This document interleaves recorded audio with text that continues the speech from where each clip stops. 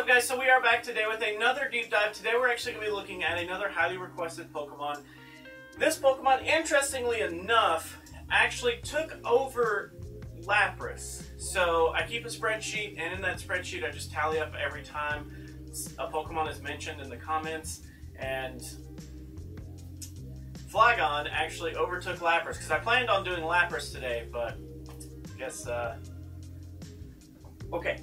Anyways, so Flygon today is our subject. It is a dragon and ground type Pokemon at level 40 with 15s across the board. You can max out at 2661. Being that we are super close to 2500 there, it actually may be worth looking into using Flygon in the Ultra League if that's your thing. You can achieve a 1500 at level 21.5 if you have a 0 on attack, 15 defense, and 9 on stamina. So I know that's really hard to see yet again. There you go. Enjoy. According to my spreadsheets, my calculations, and all the math that I have done, Flygon should rank 48th in bulk and 47th in stat products, so those numbers are decent. You're kind of middle of the road, unfortunately, though. I mean, it's not... He's not on the high end, but he's not on the low end either, so he does okay. Now, being that we are Dragon and Ground, I do have our moves color-coded here. Dragon Tail is actually our first fast move, generating 3.33 energy per turn for a 3 damage per turn. All-around solid move. Next, we have Mud Shot, which is a ground-type move. 4.5 energy per turn. Yes, that's 4.5 energy per turn. That's a killer move.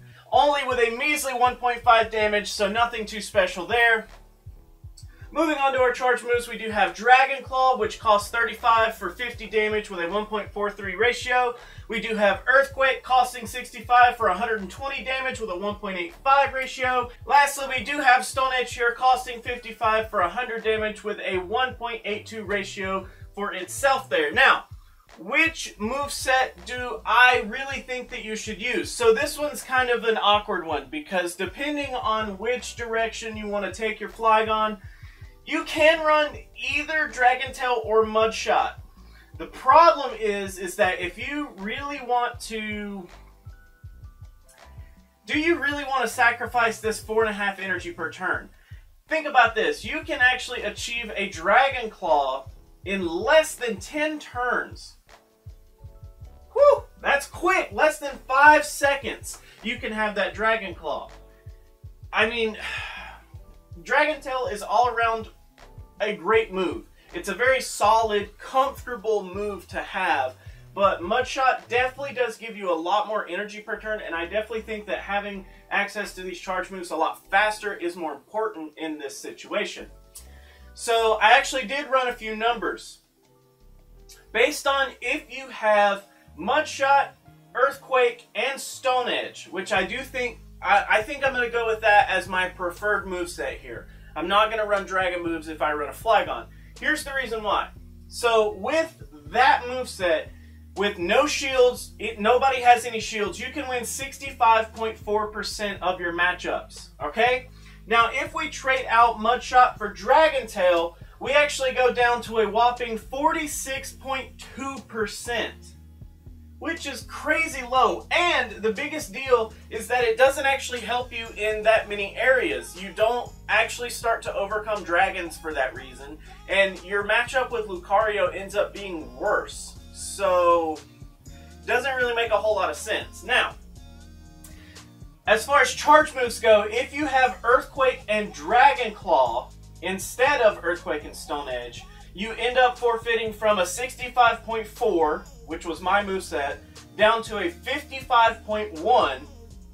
And then even then, if you change it to a Stone Edge Dragon Claw, you actually go all the way down to 51.4. So you don't actually gain a whole lot of matchup dominance whenever you switch up the movesets. I do think that Mud Shot, Earthquake, and Stone Edge are the preferred moves here. It gives you the best coverage, and it gives you the most chances to win in a matchup. Plus, with Mud Shot and Earthquake, you have a favorable matchup towards Bastiodon. Very, very nice. And against Lucario, as long as you have shield advantage, you just win. If you don't have shield advantage, you do end up tying against the Lucario, so keep that in mind.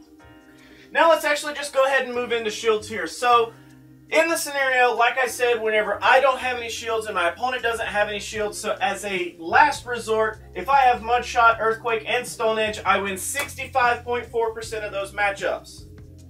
Not too shabby. That's not the highest that we've seen, but it's definitely in the good zone there. Next, if I have 2 shields and my opponent has 0 shields, how many matches do we end up winning? So the reason that I run this number is to figure out what Pokemon we just flat out lose to. It doesn't matter if we have shields or not. I want to know which Pokemon just flat out just win, okay? Up against that, most of the ice types in the meta and most of the dragons in the meta just end up tearing through us. So beings that were dragon and ground, ice is double effective. Beings that were a dragon and we don't have dragon moves in our moveset, then we're just kind of forfeiting that match. But, kind of sucks. So in that scenario, you actually also end up tying against both Alolan Executor and Sneasel. So as you can kind of see, dragon moves and ice moves are our big weakness for Flygon. And when we get around to what we should be used for, that's kind of your hint there. You don't want to use it against that. Now, in a scenario where I have 0 shields and my opponent has 2 shields, the reason that we run this simulation is to figure out which Pokemon that I just flat out win against. I want to know which ones I just have a hardcore counter for. Surprise, surprise, surprise. None. Yeah. We win 0% of our matchups, and we only end up tying to 1 Pokemon. And that Pokemon is Magnemite. Of all freaking Pokemon, we tie with Magnemite. So, in a situation where we have no shields and the opponent has shield advantage, Flygon just automatically loses. It's really rough. It's a really tall hill for Flygon to climb. And last but not least, we do have a 2 versus 2 shield scenario. So how do we do in a situation where we are the leadoff Pokemon with Flygon? It doesn't look good. Only 33.3% of our matchups end up going to Flygon, so he's not a great lead by any means. He's definitely more of a specialty pick, and he definitely isn't a good closer, so he's a mid, and he may be one of those Pokemon that you end up choosing and hardly ever using, which is really hard for me to say that I want something like that on my team.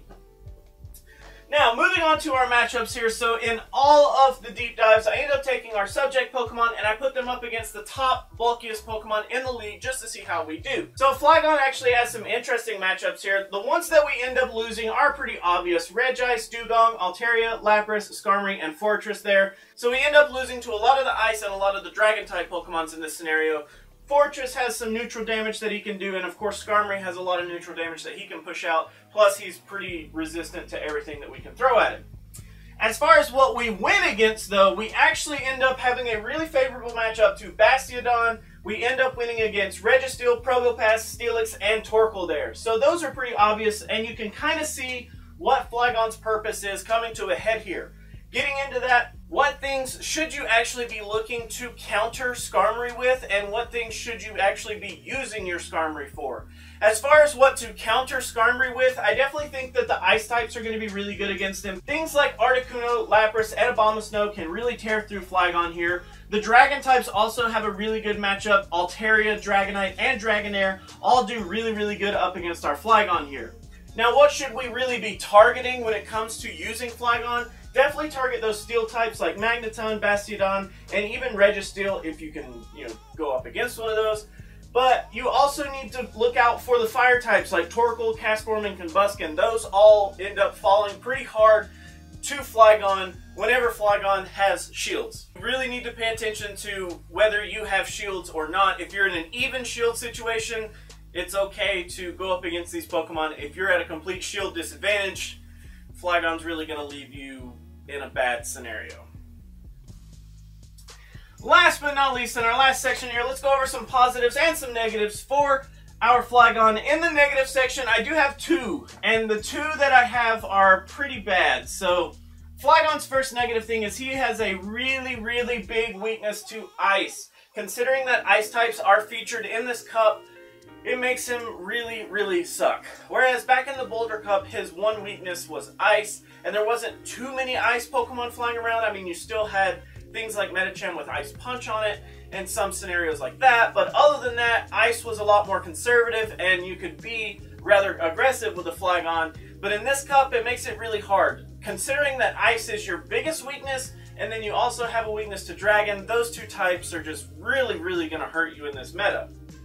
Next, on our negatives, we do have a bit of a reliance on our shields, and that kind of sucks. So, like I was talking about earlier, either you kind of have Flygon as a mid, and you kind of use him for specific matchups. I wouldn't really feel comfortable putting him as a lead, and I wouldn't really feel comfortable putting him as a closer either. So he's just kind of in that awkward spot where he needs shields to really do an effective job in this cup. Moving on to our positives though, and I think this is probably one of the most important positives that I could come up with Flygon, and that is that he beats the kings. He beats the kings of the meta. He can end up beating Bastiodon in most scenarios, and he can beat Lucario if he has shield advantage, or he can just flat out tie if he doesn't. So, I mean, that's a really good thing, and that says a lot about Flygon. It's just that that's kind of the only thing that he's good for, but if that's what you're lacking, if you really do need Pokemon to take out the two kings, then Flygon could be your option. Next on our positives is that he's not too hard to obtain. I did run some numbers. Even if you hatch a really crappy Trapinch, you can end up getting like 10, 10, 10 across the IVs, and your Flygon will end up being like in the 1460s or something like that. Not horrible, but I mean, there are obviously better combinations out there, but as far as obtaining one, it's not too hard. If you do end up getting a perfect Trapinch, it's not going to make it, so in the IV range, if you hatch one from an egg, it's not too hard to get. His second move does cost 75,000 though, so that's kind of the drawback. But like I said, I definitely think that as a package, those three moves do really, really well. I do think that if you run a Flygon, it will be very necessary to have all of the help that you can get from your moves, because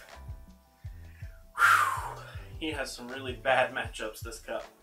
So that is actually all that I have for Flygon today, guys. Thank you so much for watching it. Let me know what you guys think of him down below. I really do think that he's kind of in this kind of like awkward position where he kind of is good against a lot of things, but he kind of sucks against a lot of other things. So I'm really 50-50 on what I recommend him. If your team needs something to take out the two kings, then yes, Flygon is really good at that, pending shields. But other than that, he doesn't really have a lot going for him. He doesn't clean up a lot of the oddball meta stuff. He ends up losing to a lot of the oddball meta stuff. So it's really hard to say, yes, get a Flygon, but I don't know. Let me know what you guys think. So, if you guys like to like videos, make sure you do that. If you don't, you can be that guy. Otherwise, let me know what you have to say down in those comments below. And until our next deep dive, I will catch you then.